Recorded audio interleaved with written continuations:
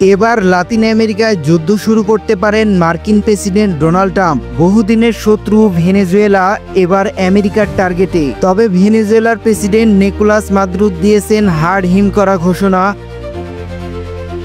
আমেরিকার অব্যাহত চাপ ও নতুন হুমকির জবাবে ৪৫ লাখের বেশি সশস্ত্র মিলিশিয়া সদস্য মাঠে নামানোর ঘোষণা দিয়েছে মাদুরো। কথিত মাদক বিরোধী অভিযানের নামে ইরানের অন্যতম বন্ধু দেশ ভেনেজুয়েলার কাছে ৩টি যুদ্ধজাহাজ পাঠিয়েছে আমেরিকা। এর আগে দেয়া হয়েছে মাদুরোকে গ্রেপ্তারের পুরস্কার, অর্থ বাড়ানোর ঘোষণাও। এর সাথে আছে মার্কিন শুল্কের খরচ।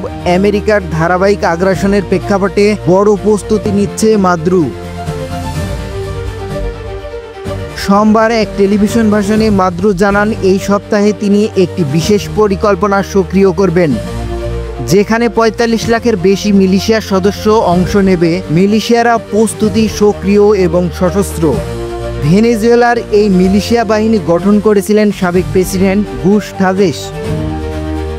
সরকারিভাবে এই বাহিনী প্রায় ৫০ লাখ সদস্য থাকার কথা বললেও বিশ্লেষকদের মতে প্রকৃত সংখ্যা এর চেয়েও কম। মঙ্গলবার বার্তা সংস্থা রয়টার্স এক প্রতিবেদনে জানায়, ভেনেজুয়েলার কাছে যুদ্ধজাহাজ মোতায়েন করেছে যুক্তরাষ্ট্র।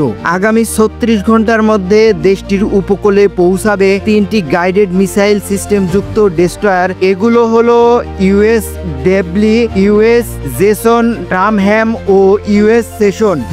এরই সাথে মোতায়েন করা হবে P-8 মডেলের কয়েকটি গোয়েন্দা বিমান, একটি অ্যাটাক সাবমেরিন এবং কয়েকটি সাধারণ জাহাজ। সব মিলিয়ে দক্ষিণ ক্যারিবীয় অঞ্চলে প্রায় ৪,০০০ নৌ সদস্য মোতায়েন করা হচ্ছে। ট্রাম্পের অভিযোগ, যুক্তরাষ্ট্রের মার্কিনীদের লালিত স্বাধীনতার প্রতি ভেনেজুয়েলা অত্যন্ত শত্রুতাপূর্ণ আচরণ করেছে। ভেনেজুয়েলার ওপর আগ থেকেই ছিল মার্কিন নিষেধাজ্ঞা। ভেনেজুয়েলার বিরুদ্ধে এক বিস্ফোরক অভিযোগ তুলেছেন ট্রাম্প। তার দাবি, আমেরিকার শান্তি ভঙ্গ করতে একদল দুষ্কৃতী পাঠিয়েছে ভেনেজুয়েলা।